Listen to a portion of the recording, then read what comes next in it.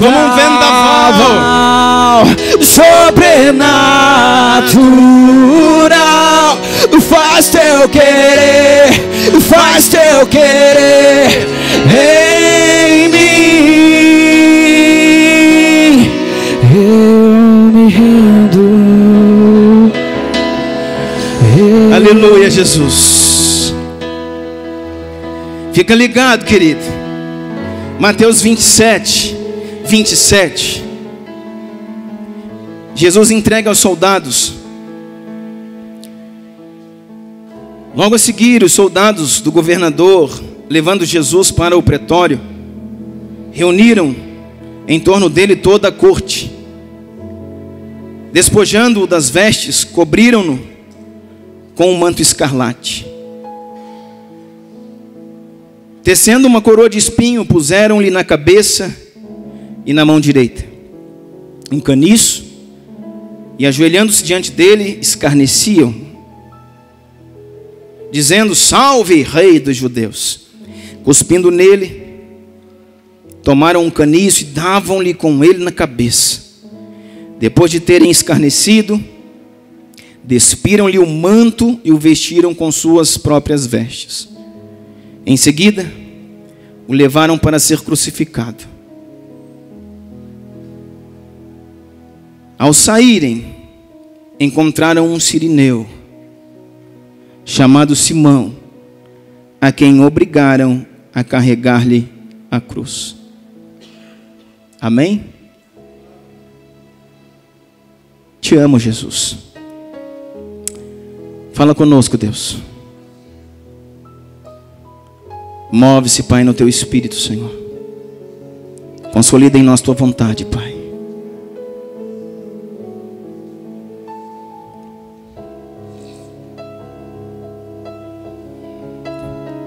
Move-se, Deus. Ativa-nos, Pai.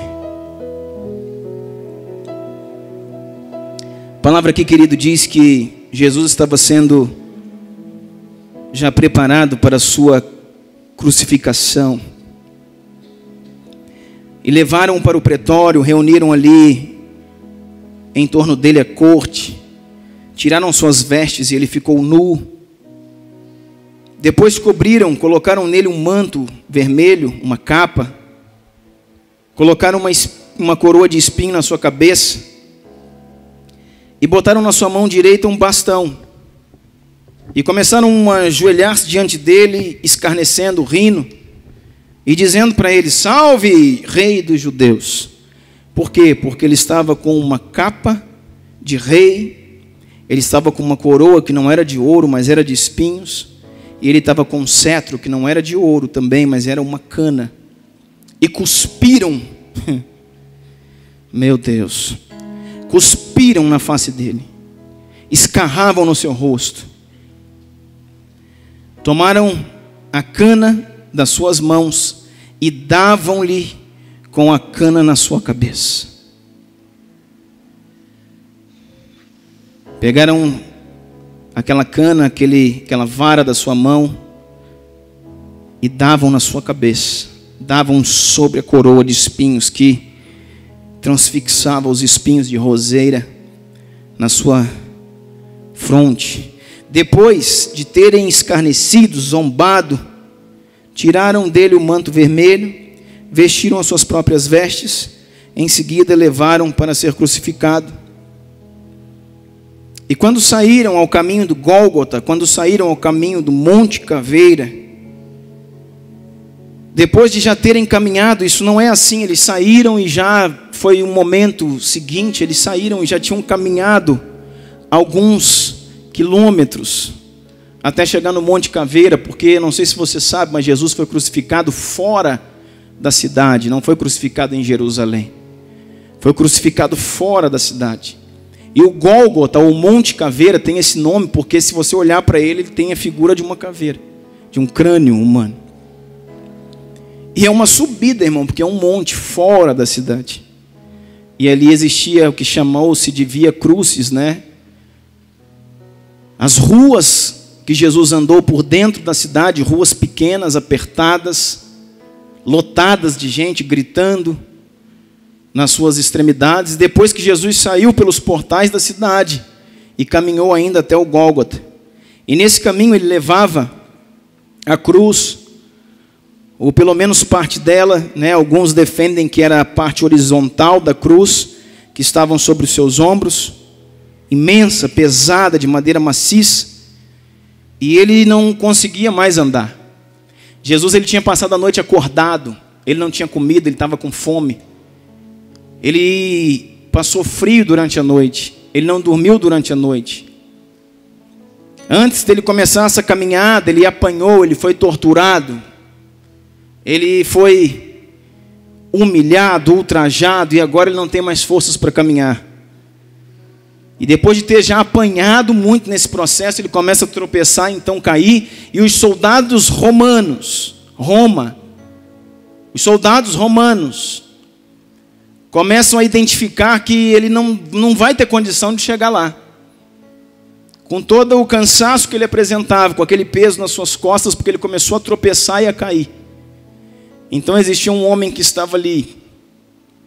Aqui não diz, Mateus, não diz que Simão estava passando ou vindo do campo. Marcos fala sobre isso. Mas aqui diz que havia um homem assistindo, chamado Simão, o Cirineu. E os soldados o obrigaram a carregar a cruz. Sabe o que eu quero dizer para você, querido? Que no momento mais difícil da sua história, no momento mais difícil da sua caminhada, passe você o que precise você passar. Quando você não conseguir mais andar, sempre você terá um ajudante. Sempre o Senhor vai levantar alguém que pode te suprir naquele momento. O nome Simão, Cirineu não era sobrenome de Simão. Cirineu fala de onde ele vinha, que era a cidade de Cirene. Simão Cirineu, Cirene ficava na Etiópia. E Etiópia é África. Então aquele homem era um africano. Aquele homem era negro. Ele era um africano. E ele era um estrangeiro no meio dos judeus. E ele estava ali. E se você for ver, e essas coisas me encantam muito, eu gosto muito de estudar, de ler. Você vai ver alguns evangelhos como Marcos dizendo que ele estava de passagem vindo do campo. Talvez ele era um trabalhador do campo. E no horário que Jesus estava passando, por acaso ele também vinha passando ali. Ele era um imigrante. Que estava ali, um africano vindo do campo. E aí, olharam ele, pegaram ele no laço. E colocaram ele para ajudar Jesus. Ou talvez, querido, como diz a história, e a maioria dos teólogos defende isso, ele era convertido ao judaísmo. E alguém que estava ali na época da Páscoa, como todos os outros judeus, para a celebração de uma festa. Ele tinha vindo de Cirene, ele tinha vindo da África. E ainda que nesse momento talvez tivesse vindo do campo, porque fosse para o campo, para qualquer coisa. Porque se você pensar bem, nas ruas onde Jesus estava passando, existiam milhares de pessoas. Jesus foi crucificado na Páscoa. Você lembra quantas pessoas tinham em Jerusalém na época da Páscoa? Você lembra que a população de Jerusalém, ela se multiplicava mais do que não sei quantas vezes? Porque todos os judeus de toda a terra vinham para Jerusalém. Porque na época da Páscoa, somente um lugar em todo o mundo, no grande templo de Herodes, chamado Hamikdash, o templo de Herodes, o grande templo de Herodes, somente naquele lugar poderia se realizar sacrifício. O sacrifício que era feito no 14º dia de Abib, chama-se Pessah, Páscoa. E não era cada igreja faz o seu, cada sinagoga, não. Em toda a terra, apenas um lugar na terra, o grande templo em Jerusalém. Somente naquele lugar existia-se sacrifício. E era comemorado a Páscoa, que era uma festa dos judeus. Lembra que significava o quê? A libertação do povo lá do Egito, lembra? O Pessá, quando o povo foi liberto do Egito, quando foi matado, imolado um carneiro, e o sangue foi passado nas vergas e umbrais das portas, e passou aquele grande anjo da morte, matando todos os primogênitos do Egito. Só que onde existia o sangue, as famílias foram poupadas. Então, nessa noite, houve o êxodo, houve a saída dos filhos de Israel do Egito para o deserto. E Pessa significa passagem, Páscoa significa passagem, saída. E isso é uma festa, talvez uma das principais e mais importantes festas do judaísmo, dos judeus. E Jesus era um hebreu, Jesus era um judeu. E nessa morte, ele foi morto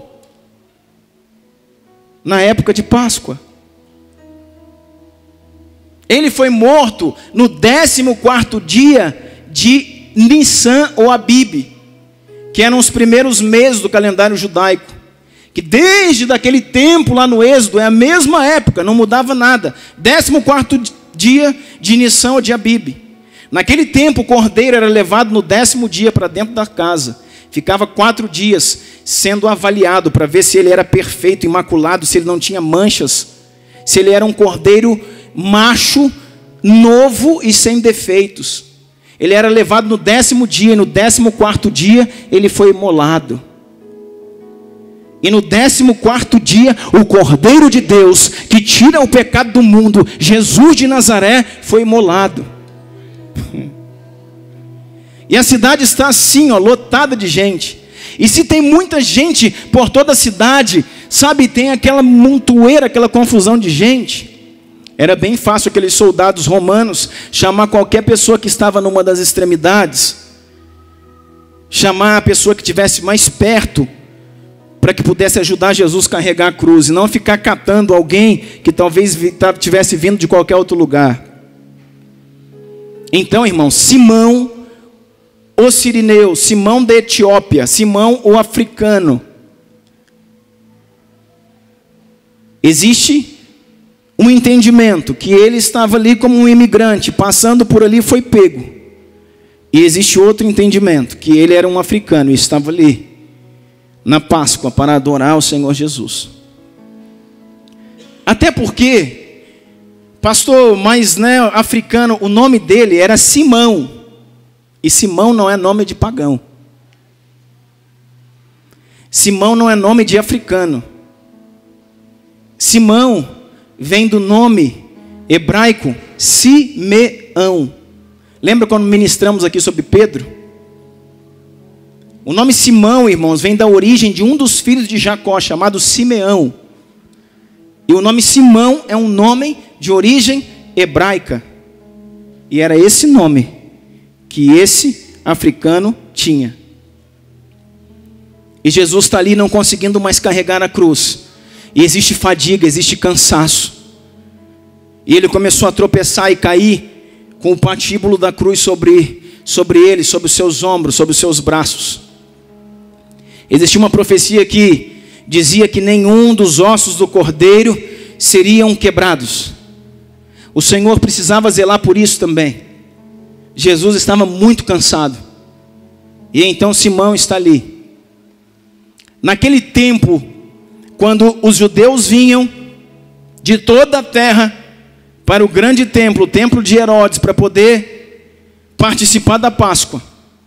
No dia da Páscoa mesmo, em que o cordeiro era sacrificado, o sumo sacerdote vinha com o cordeiro debaixo do braço, se apresentava diante de todo o povo e entrava com aquele cordeiro.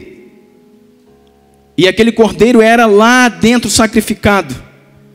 E depois o sumo sacerdote vinha e ele de alguma forma, ele espirrava o sangue daquele cordeiro em alguns daqueles homens que estavam participando mais próximo, mais perto do ritual da Páscoa. Por que alguns homens? Porque não eram todos os homens que podiam chegar lá tão próximo. Primeiro, mulher não podia ir até lá. Existia o pátio das mulheres, onde as mulheres podiam entrar, e depois dali não poderiam mais entrar. A partir daquele lugar só os homens poderiam entrar, e aí entravam homens comuns, e depois numa câmara, numa recâmara ainda mais secreta, entravam homens, sacerdotes e homens que vieram preparados para assistir o ritual pascual. E esses homens não estavam vestidos de qualquer forma, eles precisavam estar vestidos com uma túnica de linho branco. Eram homens judeus circuncidados, vestidos com linho branco, uma túnica de linho branco, sem nenhuma mancha. Se estivesse suja, manchada, irmãos, isso fala de santidade, isso fala de justiça. Linho fino. Se a túnica tivesse manchada, eles não poderiam chegar próximo, perto do ritual. E existe a história que diz que Simão, ele estava com a sua túnica para o ritual. Era um africano, era um etíope, judeu, convertido ao judaísmo, que seguia o Deus de Israel e que tinha ido até ali na Páscoa para adorar. Quando ele está ali passando, vindo de algum lugar e vê aquela confusão que está acontecendo, a maioria dos judeus daquele tempo não estavam reconhecendo Jesus como Messias. E ele está ali com a sua túnica e vê aquela confusão de gente. Então, vendo uma curvatura da Via Crucis, do caminho para o Gólgota, um homem carregando uma cruz. E era exatamente Jesus de Nazaré. E uma confusão de gente em volta dele, gente gritando e soldado batendo e sangue espirrando.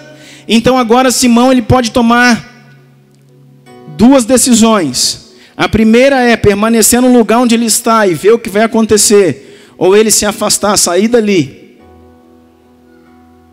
E ele permanece no lugar onde está. E quando a multidão se aproxima dele, aquela confusão de gente, milhares de pessoas, Jesus vindo tropeçando e cai mais uma vez na frente dele, cai com aquela cruz espremendo a sua cabeça, o seu tórax. E os soldados apontam para ele e dizem: você, ajude a esse homem a carregar a cruz. Não diz que foi espontâneo, não diz que foi a sua vontade, diz que ele foi obrigado a carregar a cruz. Talvez, querido, ele tenha resistido, talvez ele tenha ficado pensando: eu vou, eu não vou. Sabe por quê, irmãos? Ele estava comprometendo o seu ritual. Porque com certeza depois de carregar a cruz, sua túnica não estaria apta a assistir o sacrifício da Páscoa. E ele ali ficou por um tempo pensando: eu vou, eu não vou, eu vou, eu não vou. Só que a história diz, querido, que ele foi obrigado. Que talvez um dos soldados tenha colocado a mão na sua espada e diz: ajude este homem a carregar a cruz. Ou seja, é uma ordem. Obedeça o exército romano. E então ele vai. E quando ele vai, querido, Jesus está caído e está apanhando. E a história diz detalhes preciosos que fazem diferença na nossa vida. A história diz que ele se ajoelhou para ajudar Jesus a se levantar do chão e tomar a cruz que era minha e sua.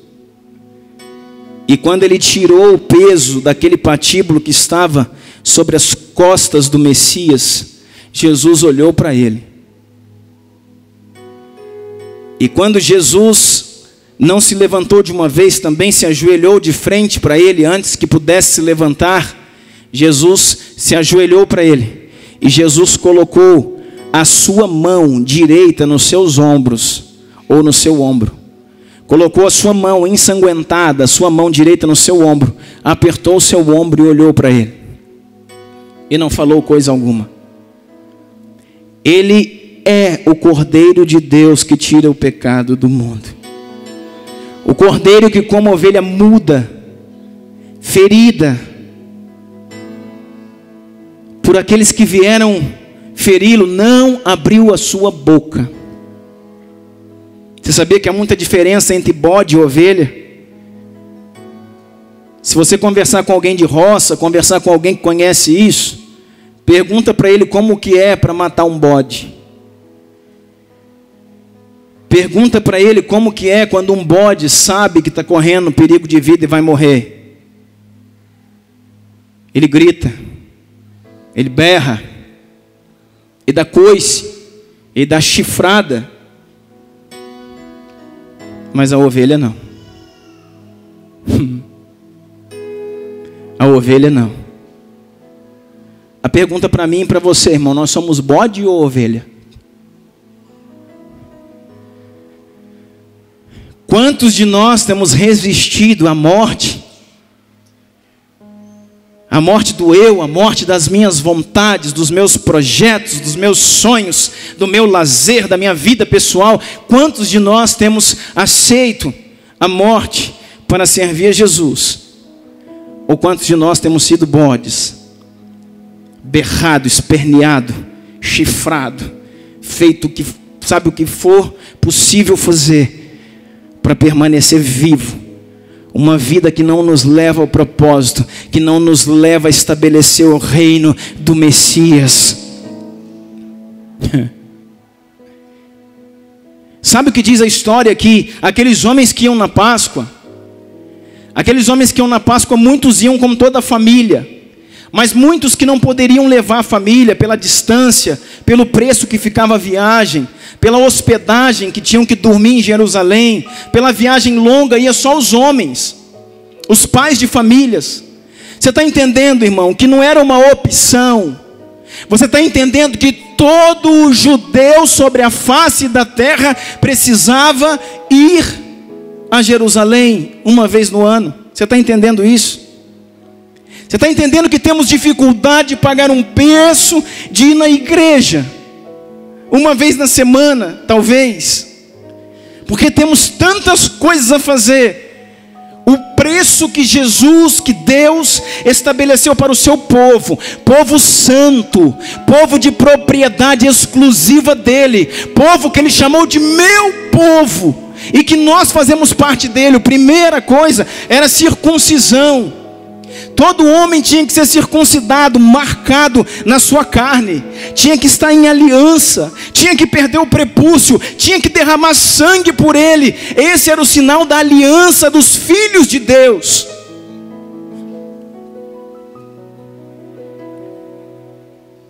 Todos os homens, aqueles que eram chamados de filhos de Deus, que faziam parte do povo de Deus, tinham que ser circuncidados, tinham que celebrar todas as festas, tinham que agora se locomover de qualquer lugar da terra que estivessem até Jerusalém, com o simples objetivo de adorar ao Senhor.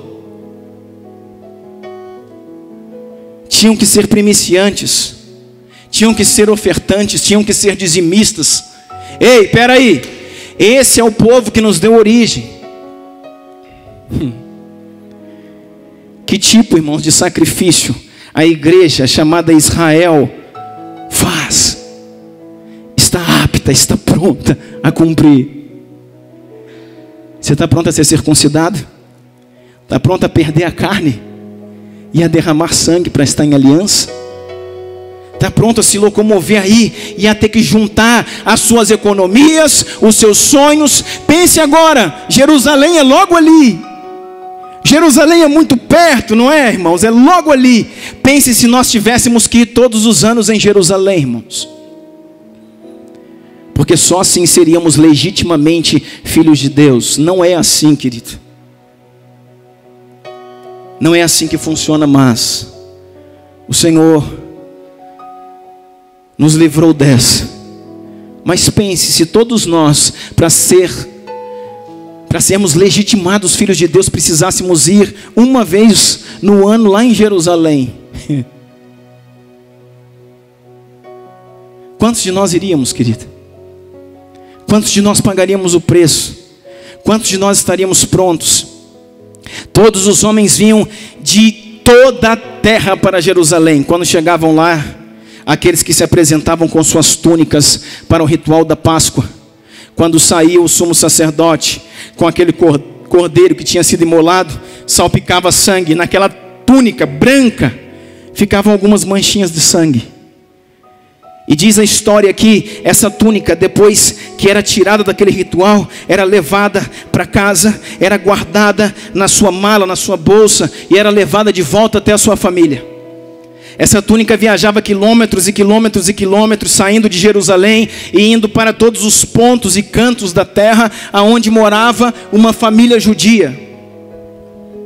E chegando ali, o pai se assentava com os seus filhos e ia contar como foi. Ia contar como foi o grande ritual da Páscoa. Ia contar como foi o grande período, o grande tempo de adoração ao Senhor. E ali abria sua mala e toda a família reunida, a mãe, os filhos, com grande expectativa, tirava-se a túnica de linho fino, com algumas gotas de sangue do cordeiro, dizendo: Ele é o cordeiro, dizendo: Deus nos livrou.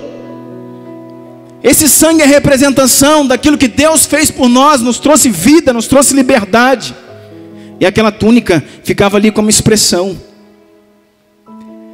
Só que agora esse homem, querido, esse Simão, Cirineu, ele está ajudando Jesus a se levantar. E quando Jesus está se levantando, Jesus põe as suas mãos ensanguentadas nele e coloca no seu ombro para se apoiar. E quando coloca no seu ombro para se apoiar, Jesus olha para ele e se levanta. E fica a marca agora na sua túnica, não de um salpicado, de uma gota de sangue, mas existe uma mão no ombro direito. Existem coisas que a gente fica pensando: da onde veio isso? Da onde veio aquilo? Pega o Evangelho e vai ler. A Bíblia diz assim: esses fatos são o resumo do resumo do resumo do resumo do resumo. Se fôssemos escrever todas as coisas que ele fez, que ele falou e que ele viveu, nem o mundo inteiro caberia os livros que seriam escritos. Você já leu isso na Bíblia?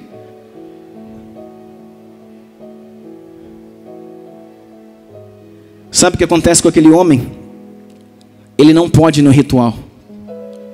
Ele carregou, ele colocou, ele caminhou alguns passos com Jesus. E ele foi levando aquele patíbulo até chegar no Gólgota.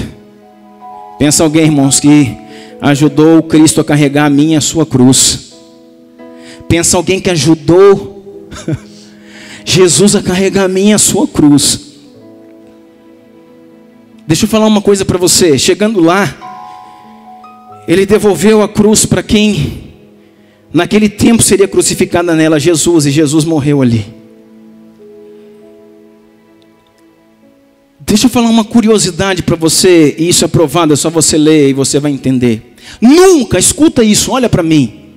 Nunca, nenhum povo, nenhuma nação, nunca em toda a história, conseguiu viver 30 anos, 40 anos, que fosse, 50 anos. Nunca uma nação conseguiu viver 40, 50 anos fora do seu território, fora da sua cultura, fora das suas raízes, fora da sua religião e sobreviveu. Nunca. Nunca, nunca, nunca. Nenhuma cultura da terra, nem chineses, nem japoneses, nenhuma cultura milenar, nunca uma cultura. Todas as vezes que isso aconteceu, que um povo, sabe, foi eximado, que um povo foi espalhado, diasporado, como foi o povo de Israel, e foram, sabe, espalhados por toda a terra e viveram sem o seu território, sem a sua terra, sem a sua religião, sem a sua cultura. Nenhuma cultura nunca sobreviveu 40, 50 anos. Mas os judeus sobreviveram 1800 anos fora da sua terra. Você está entendendo o que eu estou falando para você?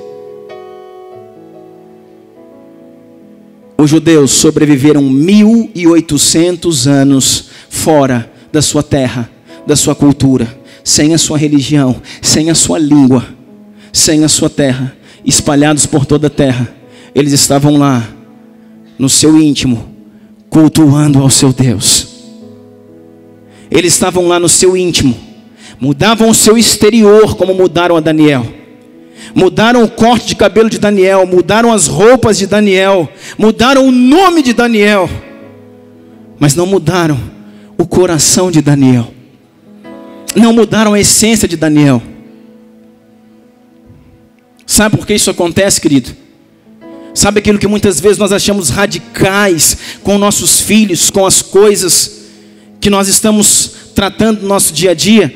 Todo primogênito judeu, escuta isso, todo primogênito judeu com 5 anos de idade, ele começa um treinamento. Ele começa um treinamento intensivo que vai até os 14 anos na sinagoga. Todo primogênito judeu, ele é responsável por garantir a linhagem da sua família. Ele é responsável por garantir o sacerdócio, a linhagem, a fé de Abraão, de Isaac, de Jacó dentro da sua família. O primogênito, o filho, o homem mais velho. E 5 anos ele começa a ser treinado. E com 14 anos existe um ritual chamado Bar Mitzvah, que é muito bonito e algumas pessoas fazem aqui no Brasil. Ah, isso é a separação do pai, não sei o quê, mas está muito longe de ser aquilo que eles fazem lá.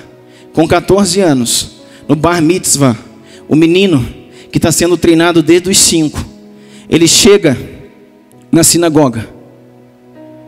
E chegando na sinagoga, ele é interpelado por 70. Está entendendo isso?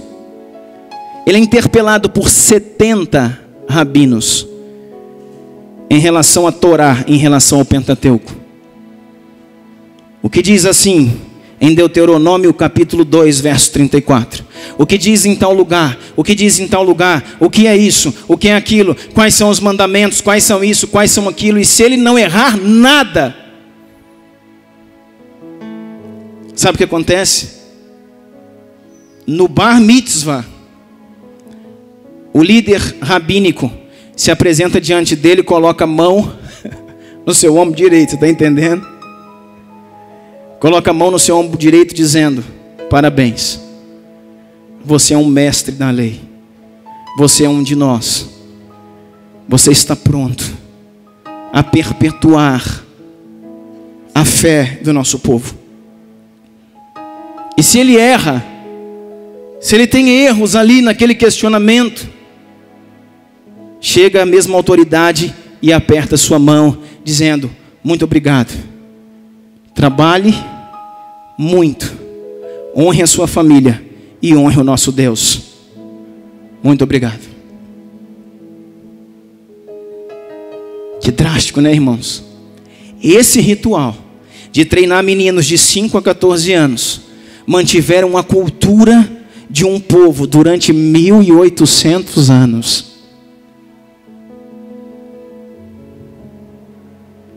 Você está entendendo isso? Da responsabilidade que eu tenho, da responsabilidade que você tem de ensinar, de não pular de festa em festa, de evento em evento, de coisa em coisa, de dinheiro em dinheiro, de campanha em campanha, de coisa em coisa, do ativismo, da bagunça que a igreja virou, e ensinarmos as nossas crianças, em ativarmos o coração delas, em ativarmos a fé, em ativarmos o espírito, em dar entendimento para um povo. Sabe, querido, se você sair daqui e for morar lá na China, talvez depois de 10 anos na China, nem português você sabe falar direito. Talvez você não lembre mais como são as comidas daqui, talvez você não lembre mais como são as roupas, os costumes muito menos. Mas os judeus em todo o mundo, querido, usam as suas roupas, falam as suas linguagens, têm o seu Deus, fazem as suas orações. E os irmãos árabes, muçulmanos, são na mesma linhagem. Em qualquer lugar da terra, no seu horário, diante de qualquer pessoa, em qualquer lugar, colocam o seu tapete, se viram para onde tem que virar e adoram aquilo que eles chamam de Deus.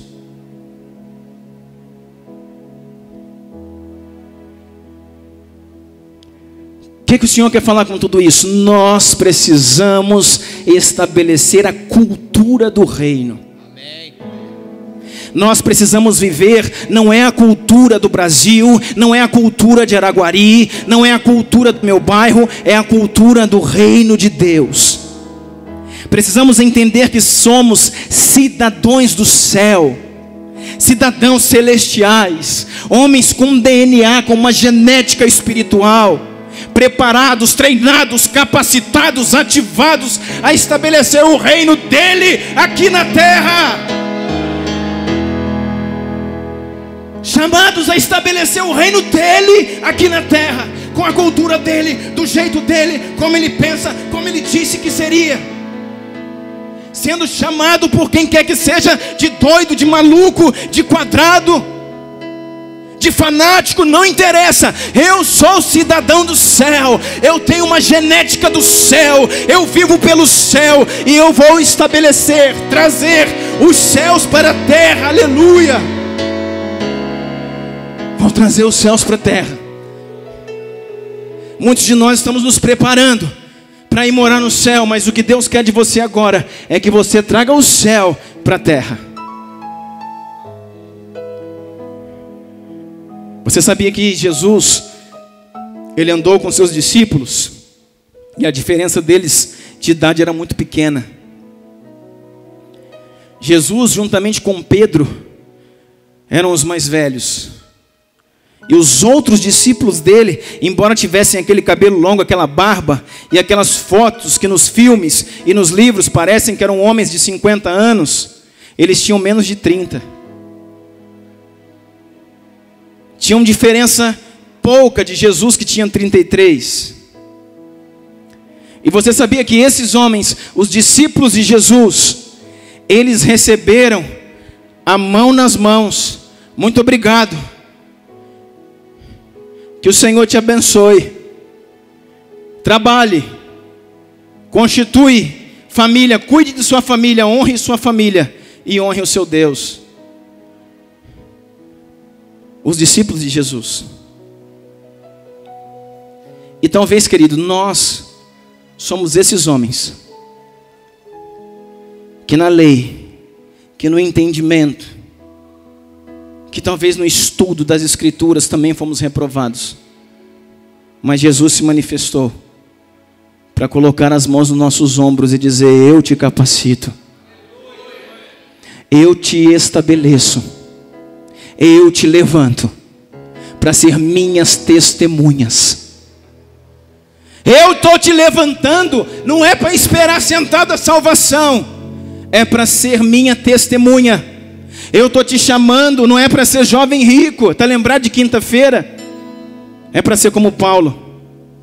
Eu estou te chamando para ser seguidor. Aleluia. Sabe o que acontece? Nós não vamos falar de Davi aqui, mas se você for falar de Davi, existe com clareza uma afirmação de que Davi era filho de Jessé, não com sua esposa legítima, mas com uma outra concubina. E existem vários textos e vários estudos que vão comprovar isso. Deixa isso para lá, depois a gente fala disso. Eu não sei se você já ouviu falar, mas existem várias afirmações de estudiosos e teólogos que a rainha de Sabá teve um relacionamento com Salomão. Quando já ouviram falar isso? Vai ler, você vai ver muita coisa a respeito. Esse homem chamado Simão Cirineu, ele estava lá na África, e se você for ver, ele estava lá na África, ele era um judeu e veio para a Páscoa. Mas como é que ele está fazendo na África? Simão, querido, está 2000 anos atrás de nós, Simão Cirineu, amém?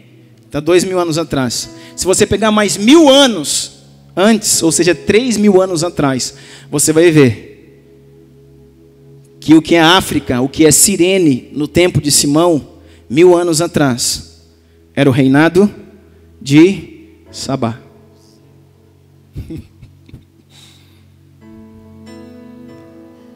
era o reinado de Sabá, da rainha que saiu das suas terras com a sua comitiva e foi visitar o rei Salomão. E ficou encantado com toda a sua glória e com as riquezas do seu Deus.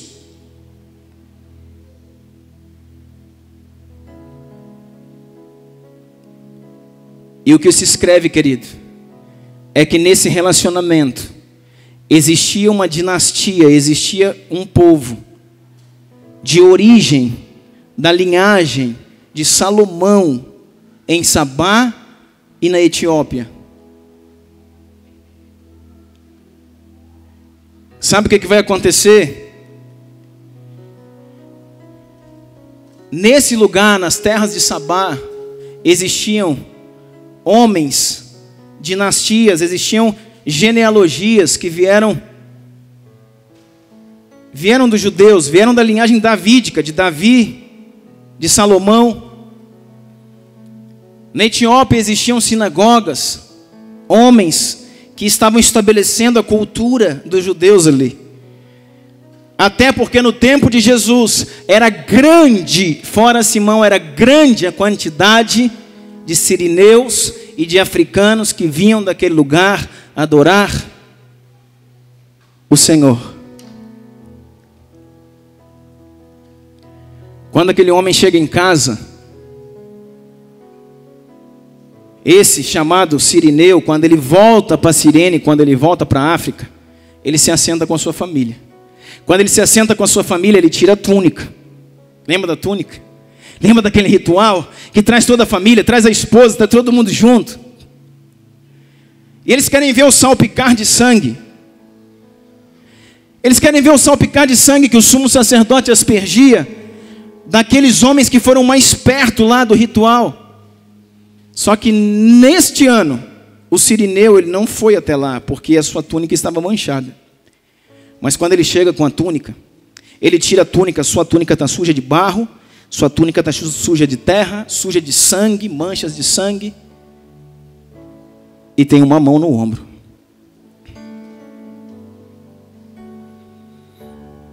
O sirineu não estudou isso, mas a Bíblia vai falar de alguém, de seus filhos, chamado Rufo e Alexandre. Rufo era o primogênito. E o primogênito de 5 a 14 anos ia para sinagoga. Não somente estudar, onde era inculcado na sua mente, no seu coração. Depois que chegava em 14, deu nada, libera o menino, vai trabalhar. Se deu, você é mestre, você vai ser um rabino, meu filho. Você sabia que tudo em Jesus foi meio fora dos parâmetros? Jesus foi para a sinagoga com o bar mitzvah, não com 14, com 12 anos. Naquele tempo em que os pais deles saem, perdem ele, depois acham ele novamente. E com o entendimento de que ele ainda não tinha 14, não estaria preparado. Mas a história diz que quando ele foi citar aquilo que ele estava sendo interpelado por aqueles rabinos, doutores, quando ele estava sendo interpelado a citar o Pentateuco, a Torá, que são os primeiros livros da Bíblia, ele citou também os históricos, os poéticos, os proféticos, porque ele não era a lei. Ele não tinha lei, ele era a lei. E com 12 anos ele já ficou. E agora ele passou não a ser interpelado, a interpelar aqueles que eram chamados de doutores. E a discutir na mesma altura do que eles, toda a lei e os profetas. Jesus não sabia a lei, ele era a palavra. Quando Simão chega na sua terra, ele tira aquilo ali. E um homem chamado Rufo, a história de Rufo diz que ele passou pelo bar mitzvah. e que recebeu um muito obrigado. Vai trabalhar. E voltou para o campo em Cirene. Mas ele foi treinado até os 14 anos. Mas não estava pronto a ser um mestre. Mas quando o pai chega ali com aquela túnica, e o pai começa a falar: algo diferente aconteceu esse ano. Estava alvoroçado. Jerusalém não era a mesma. Milhões e milhões de judeus encheram aquela cidade. Um homem, como ovelha muda, perante aos seus tosqueadores não abria sua boca. Ele estava sendo crucificado. E nesse tempo, eu, seu pai, Simão, fui interpelado, fui obrigado a carregar sua cruz. E o filho chamado Rufo falou: pai, peraí, deixa eu entender o que o senhor está falando. A cidade estava cheia, era época de Páscoa, existia um homem a ser crucificado. Existia um homem a ser crucificado. Ele foi crucificado entre ladrões. Ele foi crucificado na Páscoa. Ei, peraí, esse homem é Jesus. Esse homem é Jesus. Eu estudei, pai. Eu lembro disso. Eu estudei os profetas. Isaías fala dele. Salmos fala dele. Esse homem é Jesus, pai. E quando ele pegou a túnica e olhou, falou: pai, nossa casa, porque o primogênito representava uma casa, foi dispensada. Nossa casa foi dispensada perante os homens da lei, perante aqueles homens, para que a gente pudesse defender a linhagem do Senhor. Mas o próprio Cristo, olha aqui a sua túnica, Ele colocou as mãos direitas no seu ombro. Ele escolheu a nossa casa. Jesus nos elegeu. Jesus nos elegeu.